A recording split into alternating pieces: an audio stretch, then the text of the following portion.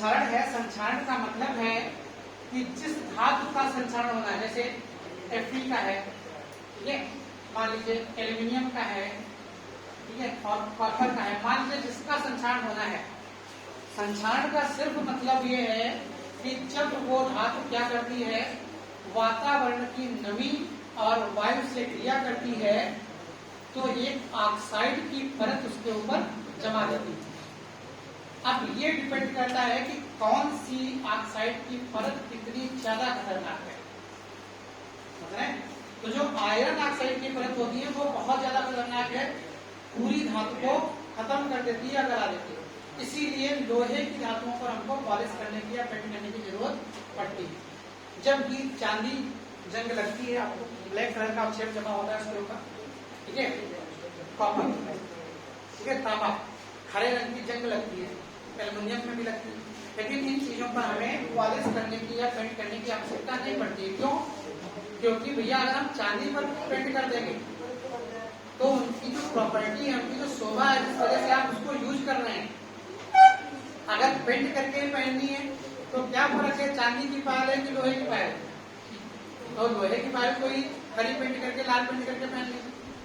तो इसलिए क्या होगा, पेंट कर देने से उनकी जो चमक है, जिस वजह से आप पहने हुए हैं, वो प्रॉपर्टी खत्म होने लगती है, इसलिए उनको नहीं पेंट किया जाता है। जबकि जंग लगती है, जंग लगने का मतलब आप खुद देखते होंगे, पायल पहनिए काली काली हो जाती नहीं हो जाती, तो वो जंग ही तो है, ठीक है। तांबा लीजिए, तांबे का बर्तन कोई लीजिए, हरे हरे रंग की परत जल जाती है, तो वो क्या है, जंग ही तो है। तो जंग को आप समझ नहीं पा रहे हैं कि जंग कौन सी चीज है। जंग का मतलब है उस पर किसी चीज की परत जम जाना, ऑक्साइड की परत जम जाना, उसी चीज की ये क्या है, संक्षारण या जंग लगना है।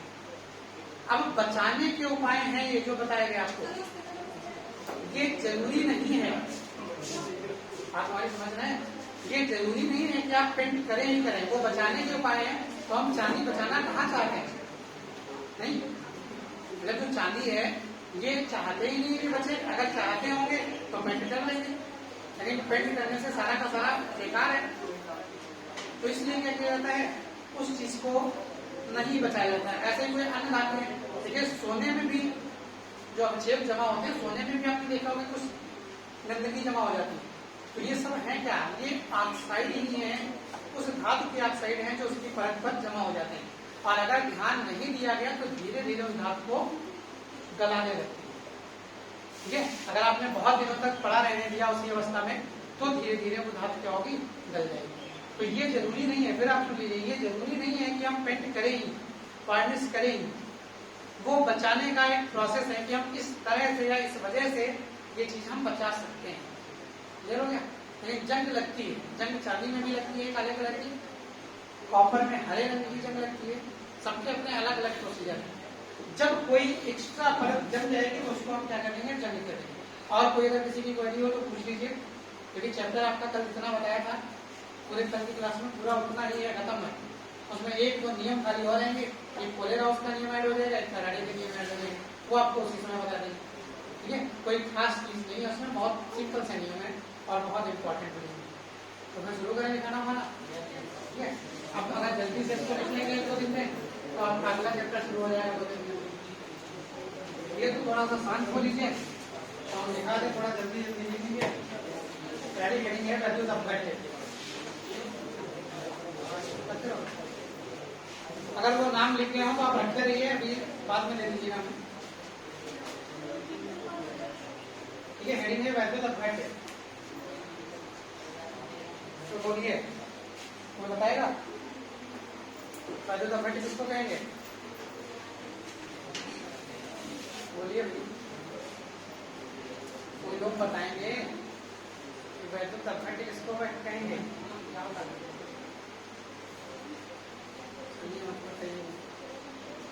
देखिए, जैसे कोई भी, जैसे नमक है, नमक को आप पानी में घोल दीजिए, क्या तैयार हो गया, वैल्यूज ऑफ बैठे तैयार हो गया।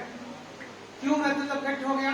क्योंकि देखिए इसकी एक प्रॉपर्टी सिंपल सी है, सिर्फ इतना सा आप याद रखिए वैल्यूज ऑफ बैठे में कि यदि किसी भी धातु का या किसी भी चीज का कोई विलयन जिसमें वैद्युत धारा प्रवाहित की जा सके, जिस विलयन में वैद्युत धारा प्रवाहित की जा सकती है वो क्या है आपका वैद्युत धारा।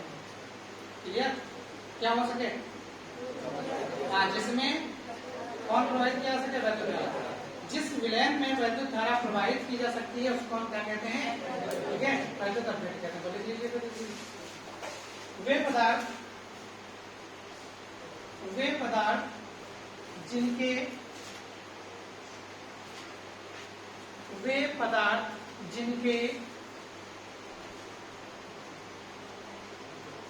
जलीय विलयन में वैद्युत धारा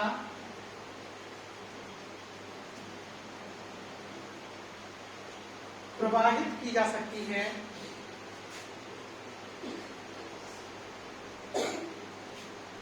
वे पदार्थ जिनके जलीय विलयन में वैद्युत धारा प्रवाहित की जा सकती है, वैद्युत अपघट्य कहलाते हैं।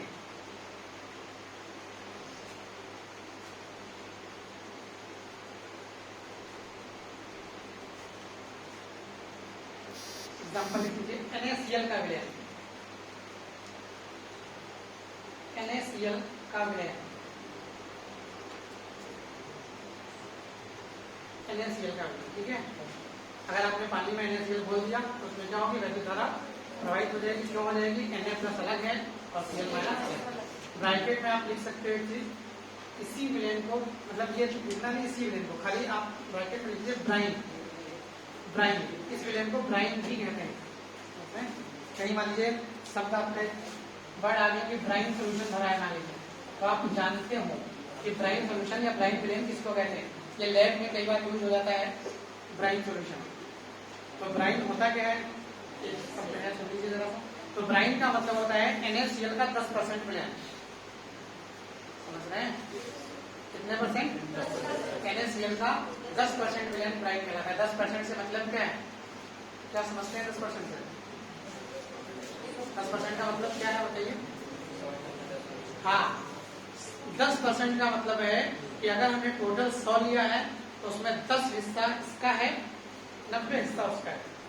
यानी अगर हम क्या कर दें, ठीक है, मान लीजिए 100 ml विलयन ले लिया तो उसमें अगर हम 10 ग्राम नमक मिला देंगे तो वो क्या हो जाएगा? 10% सोल्यूशन हो जाएगा, किसी भी चीज का हो। आपको चीनी मिलानी है, 10 ग्राम मिला दो, 10% सोल्यूशन हो गया। H2SO4 मिलाना है, H2SO4 अलग अलग सांद्रता के हो गए। आपने क्या किया? 10 ml H2SO4 मिलाया, 90 ml पानी मिला दिया, तो क्या हो गया? 10% सांद्रता का हो गया। 15 ml आपने H2SO4 मिलाया, बाकी पानी मिला दिया, क्या हो गया? 15% सांद्रता का हो गया। 35% आपने क्या किया? H2SO4 मिलाया, समझ रहे हैं, और बाकी पानी मिला दिया, तो क्या हो गया? 35% सांद्रता का H2SO4। 35% इसलिए बोला है, जो नॉर्मली आप यूज करते हैं देखा होगा तेजाब इतना हार्ड होता है नहीं, देखा है कि तेजाब जरा सा कहीं पड़ गया, ठीक है, कुछ लोग लाइव एग्जाम्पल ले चुके हैं, तो क्या करता है? काट ही देता है। हमारी वो खराबी हो गई पूरी सीट, सर्विस चेंज कराइए गाड़ी। तो आप भी कह सकते हैं कि तेजाब जो बैटरियों में भरा होता है तो बहुत कम सांद्रता का होता है, वो तो छोड़ दीजिए, हम 35% बता रहे हैं। जो आपने तेजाब देखा है, घरों में देखा होगा, कभी तेजाब जब देखा होगा तो पूरा जहां गिरता है काट ही देता है, वो तेजाब 35 से 40% सांद्रता का होता है। तो आप सोचिए, अगर ज्यादा सांद्रता का हो, आपको बता भी चुके हैं, H2SO4 मैक्सिमम कितने परसेंट सांद्रता का मिलता है? 98%। 100% सांद्रता का मिल नहीं सकता है। मतलब जो सबसे शुद्धतम होगा उसमें भी 2% या 2 ml आप कह सकते हैं पानी मिला हुआ होगा, तभी वो सबसे शुद्धतम H2SO4 मिलेगा। और इसकी प्रॉपर्टी बता चुके हैं आपको शायद, हाँ ठीक है, इसकी प्रॉपर्टी आपको बता चुके हैं एक बार। इतना पावरफुल होता है H2SO4, अगर आप पैर पे डाल देंगे तो पैर में छेद करके नीचे निकल जाएगा, समझ रहे हैं? इतना पावरफुल है, इसलिए इसके साथ छेड़छाड़ नहीं करनी चाहिए कभी भी। बहुत से लोग आपने देखे होंगे, अब तो कुछ फिर भी कम है, लेकिन बहुत सी घटनाएं ऐसी होती है एसिड अटैक की। अब आप सोच सकते हैं, जमीन पे पड़ जाता है तो जमीन तक कट जाती है, और जिसके ऊपर एसिड फेंक देते हैं उसका हाल क्या होता होगा। और जबकि एसिड कौन सा बहुत होता है? 25-30% वाला। इसीलिए आप हो सकता है जानते हो कि एसिड बिकना बंद हो गया है, मतलब अब एसिड नॉर्मली मिलता नहीं है। उसका कारण एक यही है सबसे बड़ा, एसिड अटैक। पता चला किसी को प्रपोज किया, आप नहीं मानी, मुझे क्या एसिड फेंक दिया जाता, अब किसी की लाइफ बर्बाद कर दी पूरी तरह से। ऐसी रियल घटना है। एक मूवी है छपा, ठीक है, उसमें क्या है, बड़ी सीधी घटना तो दिखाई गई है, ठीक है। तो एक से ये बदतमीज लोग होते हैं, तो यहाँ से इसीलिए इसको क्या कर दिया गया है, एसिड एसिड को बैन कर दिया गया है। इसीलिए अब कायदे में नियम तो ये है कि जो केमिकल्स हैं लैब के, वो बिना लैब की परमिशन के नहीं मिलते। आप अगर कोशिश करें कि आपको कोई लैब का केमिकल मिल जाए तो आपको नहीं मिलने वाला, हम कोशिश करें नहीं मिलने वाला। आप लैब के थ्रू अगर जाते हैं, लैब के थ्रू से मतलब आप लैब का कोई सामान लेने जाते हैं या लैब किसी कॉलेज के लैब की पर्ची है तो आपको सामान मिल सकता है, वरना ये सब सामान बाहर नहीं मिलते ना। क्यों? क्योंकि इन्हीं घटनाओं को देखते हुए, क्योंकि भैया केमिकल है एक से एक बढ़ के खतरनाक है। साइनाइड जानते हो, नाम सुना है, स्वाद तक नहीं पता है इसका, खाली एस लिखा था, किसने चेक किया था, ठीक है। अब एस दोनों मतलब हो सकते हैं, एस का मतलब स्वीट भी होता है और शॉर्ट मतलब तीखा भी होता है, तो उसका स्वाद तक नहीं पता है, मतलब इतना समय नहीं देता है कि आप बता सको कि मीठा लगा कि खट्टा लगा, बस चेक किया और निपट गए। अब कौन कुर्बानी दे भाई, बस ये है कोई बताएगा तो उसका नाम इतिहास में दर्ज हो जाएगा कि इन्होंने बताया इसका स्वाद ये है, लेकिन बता पाओ कि ना बता पाओ, अगर चेक कर लिया बता भी नहीं पाया, निपट भी गया, बिना मतलब नाम भी नहीं आया किताब में, तो ये चीज है, पता नहीं है इसका। तो कितनी खतरनाक है, इसी वजह से पोलोनियम बहुत खतरनाक जहर होता है। तो ये क्या है, तत्वों के साथ छेड़छाड़ नहीं करनी चाहिए। केमिस्ट्री कायदे में तो ये है, आप जितना हल्के में लेते हैं केमिस्ट्री को उतना हल्के में लेना नहीं चाहिए। पढ़ने में भले ले लो, लैब में इतना हल्के में नहीं लेना चाहिए। जबकि लैब में यार आप पूछते होंगे, कभी अगर गए होंगे नहीं गए होंगे तो कोई बात नहीं, कर जाएंगे तो बिल्कुल ऐसे लगेगा ये इधर पढ़ा है उधर पढ़ा है, सब चाहे इसको पता नहीं कब कौन सी घटना हो जाए लैब में। इसीलिए लैब में केमिस्ट्री वालों को स्पेशली कहा जाता है, स्पेशली गर्ल्स के लिए कहा जाता है कि आप सबसे सतर्क रहिए केमिस्ट्री अगर आप पढ़ रहे हैं आगे तो, ठीक है। सतर्क दोनों को रहने की जरूरत है, ये नहीं स्पेशली, ठीक है, सतर्क दोनों को रहने की जरूरत है, लेकिन उसमें कुछ नियम कानून है। वो ये है, मान लीजिए आप कहीं, ठीक है, बायोटेक्नोलॉजी में कोई एक्सपेरिमेंट कर रहे हैं, अब कहा जाता है कि ऐसे करिए आप करना। अब कुछ लोग क्या करेंगे, देखते भी यार उनका मन नहीं मानना है, बायोटेक्नोलॉजी पकड़े हैं, क्या बन रहा है, देख भी रहे हैं, मिला रहे हैं, अगर रिएक्शन हुई एकदम से तो कहाँ आएगा, सब चेहरे पर ही तो आएगा। ऐसे ऐसे देख भी रहे कर रहे हैं और एकदम से रिएक्शन हो गया, चेहरा हिल गया पूरा। तो कायदे में नियम ये होता है कि आप ऐसे ऐसे करिए, अब ये नहीं दूसरे वाले सामने दूसरे का लेकर आ गए, ठीक है। तो ये भी नहीं, मतलब थोड़ा सा संभल के करना चाहिए। और एकदम से कोई भी केमिकल केमिस्ट्री में एकदम से नहीं मिलाया जाता है। अगर आप कहीं देखेंगे तो कहीं लिखा होगा H2SO4 मिला रहे हैं, बूंद बूंद करके मिला रहे हैं, पदार्थ मिला रहे हैं, थोड़ा थोड़ा मिला रहे हैं, ताकि हमको पता तो चले कितना रिएक्टिव है। अगर रिएक्टिव भी है तो थोड़ा पदार्थ है, थोड़ी एनर्जी रिलीज हुई, रुक गई। फिर चूना है, सिंपल सा दूर का है, जो चूना का एग्जाम्पल ले लो, चूना थोड़ा थोड़ा डाल दो एकदम खोलने लगता है, देखा है, अगर बाल्टी और पानी में एक बोरी चूना डाल दो, अगर किसी ने उंगली डाल दी गायब ही हो जाएगी। तो क्या है, धीरे धीरे थोड़ा थोड़ा पदार्थ मिलाते जाइए, एनर्जी उसकी रिलीज होती चली जाएगी।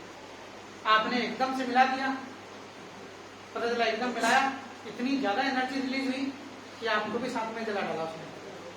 तो केमिस्ट्री में इसीलिए कहा जाता है कि भैया बहुत सतर्क हो कि आपको अगर लैब में घुसते हैं, आप यहाँ तो कोई वो नहीं है, बड़ी लैब में आप जाएंगे, MSc करोगे या PhD करोगे, तो उस लैब्स में बिना एप्रिन, बिना जूते, बिना गॉगल्स, बिना ग्लव्स एंट्री नहीं दी जाती।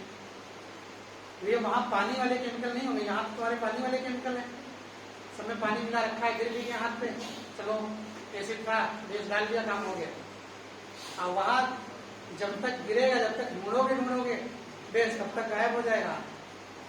तो वहाँ पे क्या मिलेगा आपको, शुद्धता मिल है ना, क्योंकि आप MSc में भी मास्टर बनने जा रहे हो केमिस्ट्री, PhD में तो उसी चीज का सब कुछ, तो वहाँ तो आपको शुद्ध दिए जाएंगे। यहाँ तो मजबूरी है पानी भरना, यहाँ अगर पानी नहीं भरेंगे तो एक से एक बदतमीज बच्चे हैं, पता नहीं कौन सा एक्सपेरिमेंट करने लगे, अब घटनाएं हो जाती हैं। कभी कभार जब हम इंटर में थे तब की घटना याद है। एक टीचर थे, ये थोड़ा ज्यादा मतलब परेशान करते थे। अब क्या किया, जब ये पता था आप लोगों को, मतलब बताया गया था तब, ये भैया जैसे अभी ने आपको बता दिया H2SO4 की प्रॉपर्टी ऐसी ऐसी होती। और जब बोर्ड का पेपर था, अब बच्चे एक से मारती होते। अब कह रहे आज के बाद तो क्या करना है, कुछ वही नहीं। अब वो एक्सपेरिमेंट करा रहे थे, अब वो लेके निकला लैब, उसमें H2SO4 होगा तो बस। अब उसने कुछ नहीं किया, कोई जान ही नहीं पाया क्या हुआ, घटना तो बाद में पता लगी। चेयर रखी थी, उसने क्या किया, ऐसे से निकल रहा था, धीरे से ऐसे गिरा दिया, निकलता चला गया। अब वो टीचर आए, अब वो बैठे जैसे ही, अब धुआं देने लगा। अब क्या है, अब एक दूसरे टीचर वो पानी डाल रहे हैं। तो आप ये कह सकते हैं कि एक से घटनाएं हो जाती है।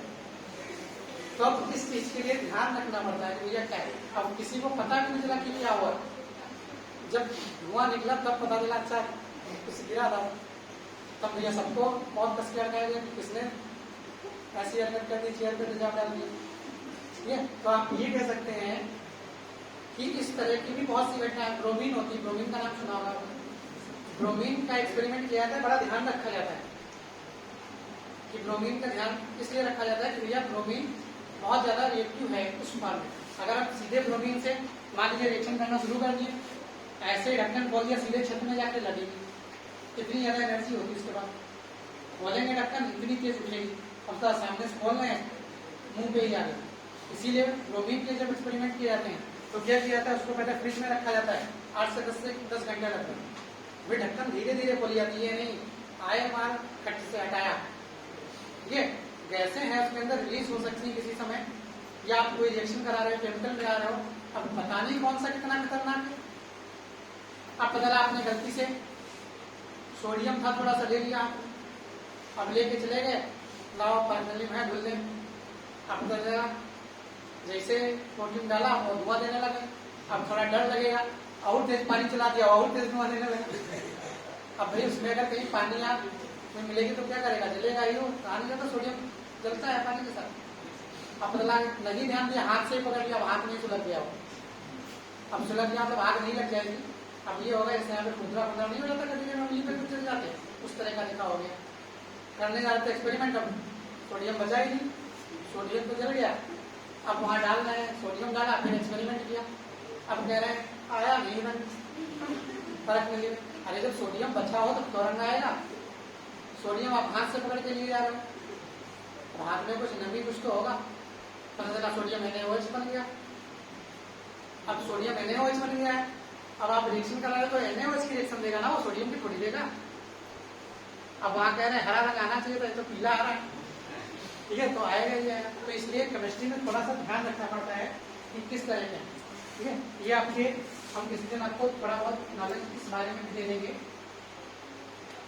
मतलब लैब जो होती है, लैब मतलब ये पढ़ाई वाला तो आपने बहुत पढ़ा है। लैब के बारे में कौन से किस तरह के इंस्ट्रूमेंट होते हैं, इनका क्या काम होता है, पूरा इंस्ट्रूमेंट का चार्ट सा है, वो हम आपको दिखाएंगे। उसके बाद आपको समझा देंगे कि कौन से इंस्ट्रूमेंट कहाँ यूज होते हैं, ताकि हमारी बेइज्जती तो ना हो आगे जाके। तो चला BSc करने चले गए, MSc करने, अब वहाँ आपको मिल गया, आप जानते नहीं मुझे क्या। अच्छा तो इतना बड़ा बीकर ना सोच रहे गिलास जला पानी पी लेते। ठीक है, तो कम से कम आपको इंस्ट्रूमेंट तो पता होना चाहिए, ताकि ये तो ना बेइज्जती हो कहाँ से केमिस्ट्री पढ़ के आया। ठीक है, तो आपको एक दिन हम पूरा इंस्ट्रूमेंट के बारे में बता देंगे, कौन सी चीज कहाँ लगती है। पता लगा फिल्टर लगाना है, अब जानते नहीं फिल्टर लगाना कैसे लगाया जाता है। ये तो कागज का थोड़ा सा दे दिया जाएगा, भैया फिल्टर लगाओ। अब रखे पड़े हैं इसे गिलास के ऊपर, फिल्टर छान दें, क्या अंदर जाएगा? जरा सा भी नहीं जाएगा, तो सब बाहर आएगा भाई। अरे पेपर है, पेपर के ऊपर पानी गिराओ, अंदर जाएगा क्या?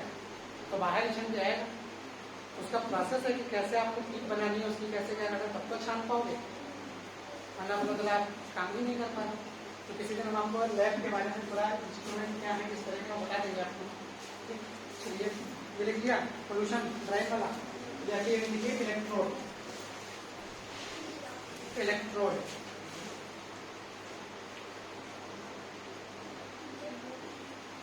जानते होंगे शायद, बता चुके हैं क्या होता है। किसी भी अरे जो सेल की परिभाषा थी वही तो इलेक्ट्रोड है। जब दो सेल इलेक्ट्रोड मिल जाते हैं तो कंप्लीट सेल या बैटरी बन जाता है।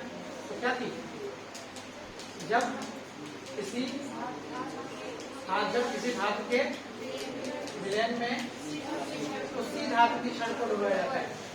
जब कोई विलयन लिया, मैं मान लीजिए जिंक सल्फेट का विलयन लिया, तो उसमें जब हम जिंक की क्षण डुबो देंगे, ठीक है, हमने आयरन का विलयन लिया, कोई आयरन सल्फेट, अब खाली आयरन का विलयन थोड़ी होगा, लोहा घोल दिया, ठीक है, उसमें कोई साइड तो होगा, तो किसी उसके लवण का जब आप विलयन लोगे और उसमें जब उसी धातु की क्षण को खोल दोगे, जेडएनएस को खोल लिया, उसमें जिंक की क्षण डाल दी, तो क्या होगा, ठीक है, आवेश परिवर्तित हो जाएंगे, एक पर धन आवेश और एक पर ऋण आवेश आ जाएगा।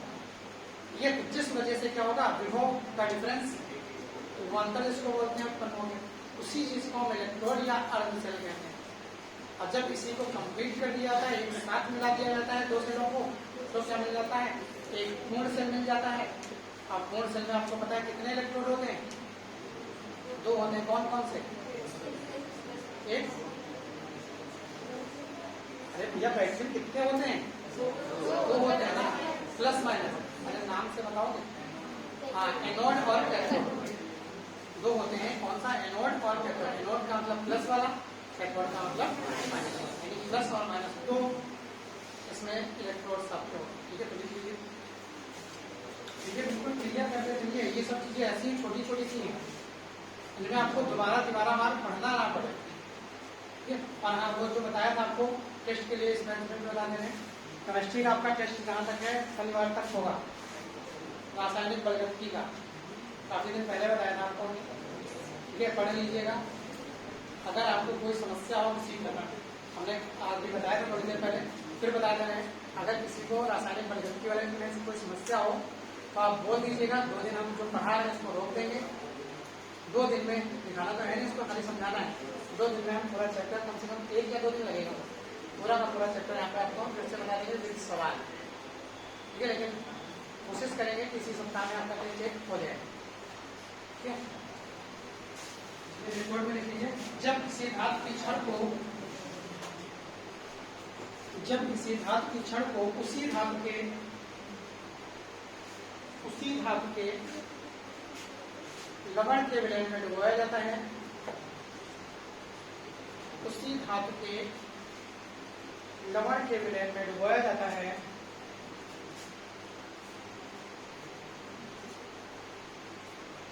तो धातु की क्षण पर तो धातु की क्षण पर धन आवेश या ऋण आवेश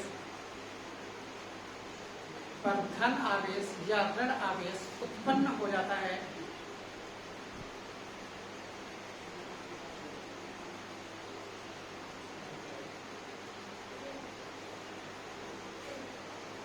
धन आवेश या ऋण आवेश उत्पन्न हो जाता है।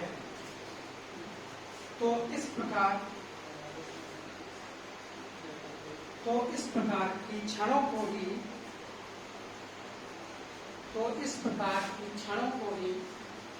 इलेक्ट्रोड कहते हैं। तो इस प्रकार की क्षणों को ही इलेक्ट्रोड कहते हैं।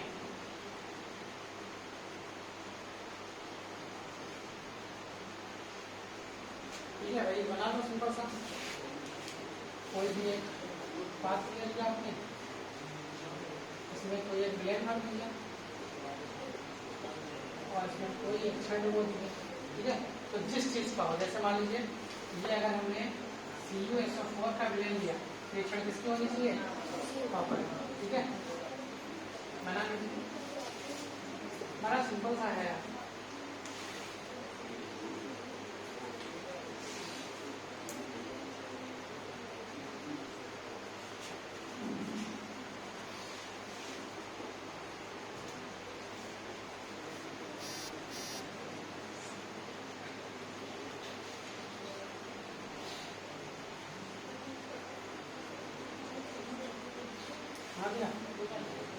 अब अभी लिखिए अर्ध सेल,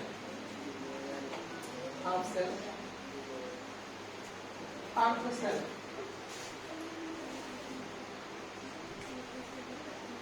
यदि किसी धातु इलेक्ट्रोड को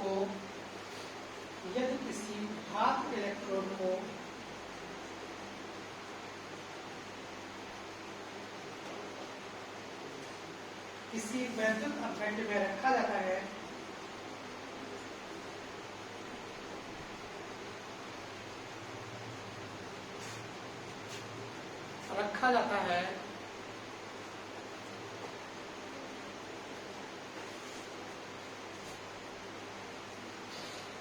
तो धातु इलेक्ट्रोड व आयनों के मध्य तो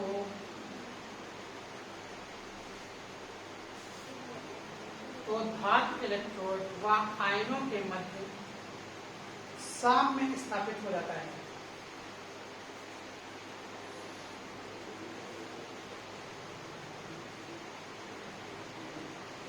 साम्य स्थापित हो जाता है। साम्य के इस तंत्र को ही साम्य के इस तंत्र को ही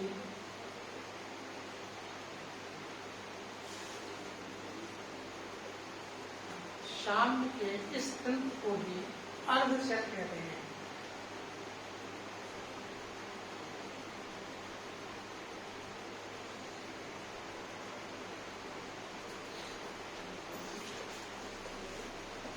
एग्जाम्पल लिखिए।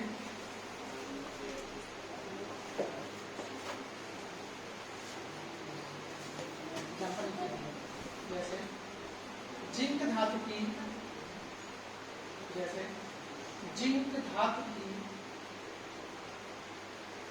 क्षण को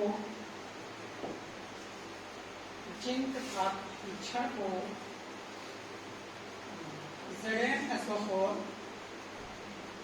के विलयन में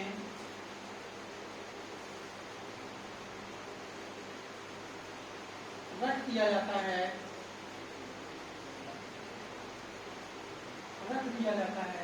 तो इससे इलेक्ट्रॉन निकल जाते हैं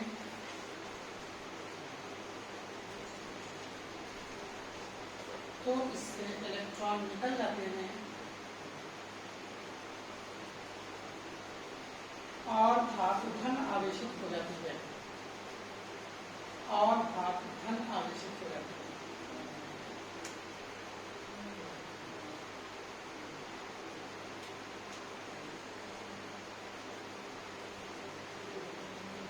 ठीक है। देखिए जैसे जिंक में Zn, अब Zn से हमने क्या कर दिया, इलेक्ट्रॉन्स निकाल दिए। तो जिंक से कितने इलेक्ट्रॉन निकलेंगे? 2 इलेक्ट्रॉन। वैलेंसी में लास्ट 2 आते हैं तो प्लस ये तो हुआ, या Zn प्लस प्लस भी लिख सकते हो। तो ये क्या बनाए, मतलब इसको बंद नहीं करना पड़ेगा, ये आपका क्या बनाए, अर्धशैल बन गया। समझ रहे बात हमारी? इसी तरह का कोई एक अर्धशैल और आएगा, किसी का भी आ जाए, Ag का आ जाए, कॉपर का आ जाए, आयरन का आ जाए, किसी का भी एक अर्धशैल और आएगा। वो इस तरह का होगा कि इसका उल्टा, इसके उल्टा से मतलब माइनस होगा, ठीक है, या प्लस होगा तो उसको इलेक्ट्रॉन दिए जाएंगे और न्यूट्रल बन जाएगा। तो जब उन दोनों को एक साथ मिला दिया जाएगा, मतलब जब उन दोनों को एक साथ मिला दिया जाएगा तो क्या बन जाएगा, एक कंप्लीट सेल बन जाएगा, जिसको हम क्या कहते हैं, बैटरी भी कहते हैं। सेल ही बैटरी होता है, कोई अंतर नहीं होता है, लेकिन आपकी परिभाषा में अंतर होता है।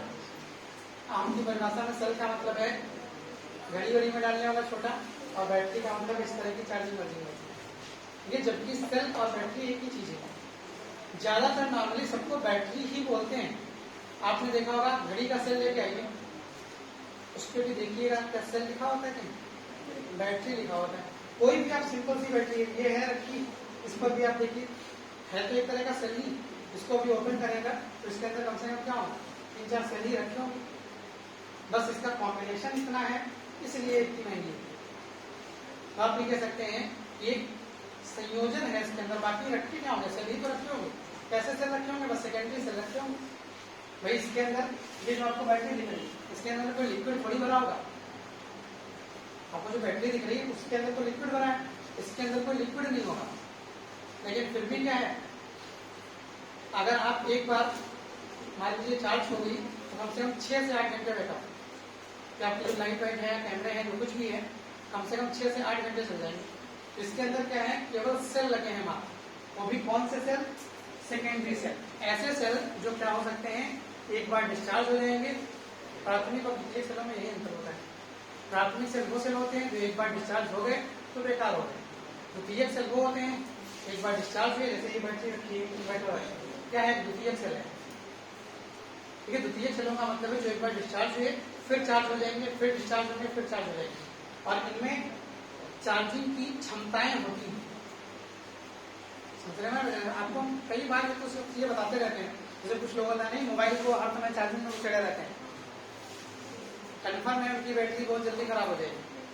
बैटरी में चार्जिंग के नंबर मिलते हैं, नंबर का मतलब 100 नंबर पास नहीं होने वाला, मतलब एक नंबर होती है, ये बैटरी है, इसको आप 5000 बार 10,000 बार आप चार्ज कर सकते हो। समझ रहे हैं? मतलब जो बैटरियां होती हैं, बैटरी नंबर के हिसाब से होती हैं कि आप इसको इतनी बार चार्ज कर सकते हो।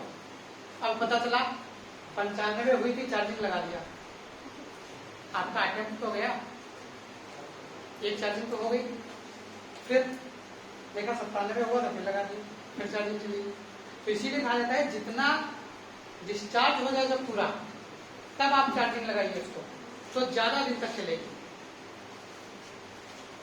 अगर मान लीजिए आपने बैटरी लगाई, चार्ज हो गई फुल, अब कोई जरूरी नहीं है कि 50% है, अरे पड़ ही रहना तो क्या दिक्कत है, जब 10-5% आ गए अब लगा दो चार्जिंग, तो क्या होगा, एक बार आपका नंबर आएगा, नंबर का मतलब है कि आपने एक बार चार्ज किया है, तो उतनी ज्यादा लाइफ उसकी रहेगी। जैसे ये है 5000 बार मान लीजिए चार्जिंग मानी जाती है, अब इसका मतलब क्या है कि 5000 बार आप उसको चार्ज कर सकते हैं। अब आप चाहे 100% पे ही 10 बार निकाल के पिन लगाओ, तो आपके क्या हो गया, 10 चार्जिंग हो गई। जैसे एटीएम नहीं होता है, आप 3 अटेम्प्ट मिले या 4 अटेम्प्ट मिले, इसके बाद पैसे कटेंगे। अब चाहे एक ही दिन में 3 निकाल लो, चाहे 3 दिन में निकालो, चाहे पूरे महीने भर में 3 निकालो, पूरे महीने भर में 3 मिलने आपको, 3 ट्रांजेक्शन आप करेंगे नहीं कटेगा, उसके बाद अगर करोगे आपको पैसे कट जाएंगे। तो सेम वही चीज है, तो बैटरियों का भी सिस्टम अलग है। तो इसीलिए आप देखिए कहीं भी जो सेल भी होगा आप उस पर देखिए लिखा होगा बैटरी, तो कायदे में जो शब्द है वो बैटरी है, हम उसको अपनी भाषा में जो आधा हिस्सा उसका उसको सेल बोलते हैं, लेकिन हमने क्या कर लिया, अपनी चीजों में दोनों तरह से उसको डिफाइन कर लिया। ठीक है, चलिए बदला क्या है, अगली हेडिंग है इलेक्ट्रोड विभव, अगली हेडिंग है इलेक्ट्रोड विभव। तो ये भी कोई खास चीज नहीं है, जो अभी आपको बताया है, जो अभी घटना बताई आपको, एक पर प्लस आ जाएगा, तो जब एक पर प्लस आएगा तो दूसरे पर क्या आएगा, माइनस, तो एक विभवांतर उत्पन्न हो जाएगा, विभव का अंतर उत्पन्न हो जाएगा, उसी को हम क्या कहते हैं, विभव कहते हैं। और इलेक्ट्रोडों में है इसलिए उसको क्या कह दिया गया, इलेक्ट्रोड विभव कह दिया। देख लीजिए सीरियस को, देखिए जब कॉपर की छड़ को कॉपर सल्फेट के विलयन में, जब कॉपर की छड़ को कॉपर सल्फेट के विलयन में डुबोया जाता है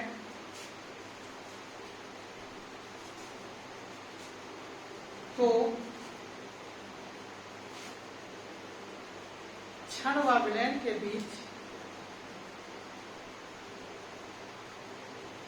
डुबोया जाता है, तो क्षण व विलयन के बीच एक द्विपरत बन जाती है, एक द्विपरत मतलब डबल लेयर के बीच एक द्विपरत बन जाती है, जिससे एक द्विपरत बन जाती है, जिससे इनकी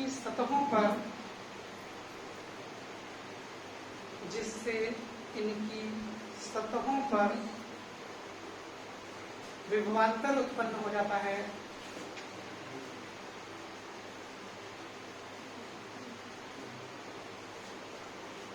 विभवांतर उत्पन्न हो जाता है, जिससे इनकी सतहों पर विभवांतर उत्पन्न हो जाता है।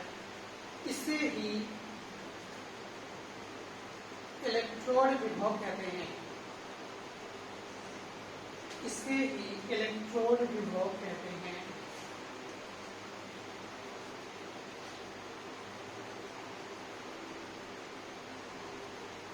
इसे कैपिटल ई से प्रदर्शित करते हैं, तो इसे ही इलेक्ट्रोड विभव कहते हैं। उसके आगे है, इसे कैपिटल ई से प्रदर्शित करते हैं। छोड़ गया क्या कुछ? लिखिएगा ना, एग्जाम्पल लिख लीजिए। जब कॉपर की छड़ को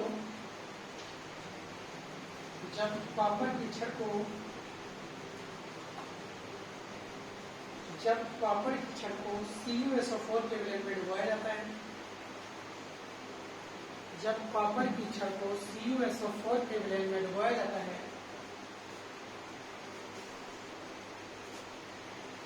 तो Cu की छड़ विलयन के सापेक्ष ऋणावेशित हो जाती है। तो Cu यानी कॉपर की छड़, तो Cu यानी कॉपर की छड़ विलयन के सापेक्ष, तो Cu की छड़ विलयन के सापेक्ष ऋणावेशित हो जाती है, जिससे धातु व आयनों के बीच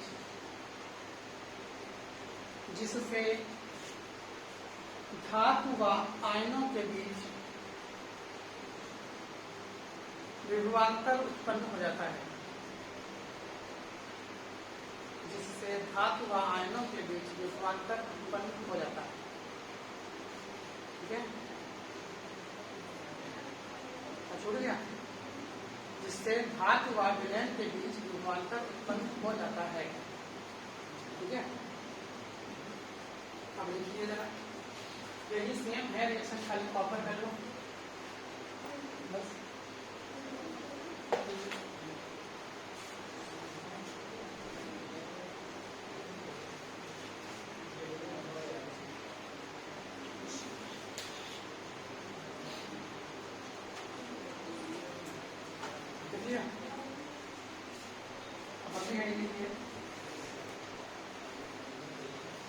इलेक्ट्रोड विभव को प्रभावित करने वाले कारक, इलेक्ट्रोड विभव को प्रभावित करने वाले कारक